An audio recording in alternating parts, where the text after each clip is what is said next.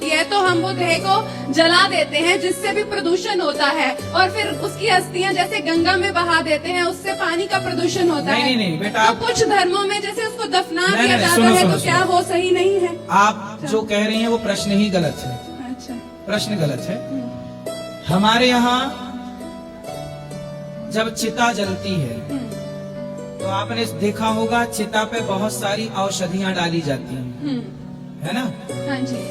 और जब नेचुरल लकड़ी जलती है तो लकड़ी, जब कोई भी लकड़ी नेचुरल जले, उस धुएं से प्रदूषण नहीं होता। जैसे चिता पे गाय के गोबर का कंडा डाला जाता है। क्या डाला जाता है? ओपले, गोबर का कंडा, सूखा हुआ गोबर। हाँ। तो गोबर के जलने से कभी भी प्रदूषण नहीं होता, ये याद रखिएगा। प्रदूषण गाय के गोबर के जलने से नहीं होता। चिता पे गोबर और लकड़ी दोनों होती है, और बहुत सारी औषधियां, विशेष रूप से कपूर उसमें डाला जाता है, और कपाल मोचन क्रिया में घी डाला जाता है, ताकि प्रकृति दूषित ना हो।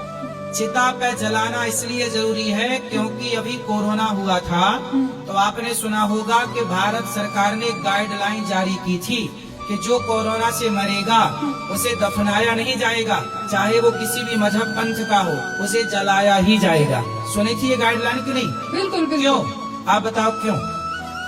क्योंकि वो जमीन पर, क्योंकि कोरोना का मरीज यदि जमीन पे गाड़ा जाएगा तो कोरोना के बैक्टीरिया जमीन के अंदर है, कोई और यदि वहाँ से गुजरा तो संपर्क में दूसरा आ सकता है, लेकिन जला दिया जाएगा तो खत्म हो जाएगा कोरोना बैक्टीरिया। इसलिए जलाना ही सबसे बड़ा विज्ञान है। वाह गुरुजी, वाह, गुरुजी की जय।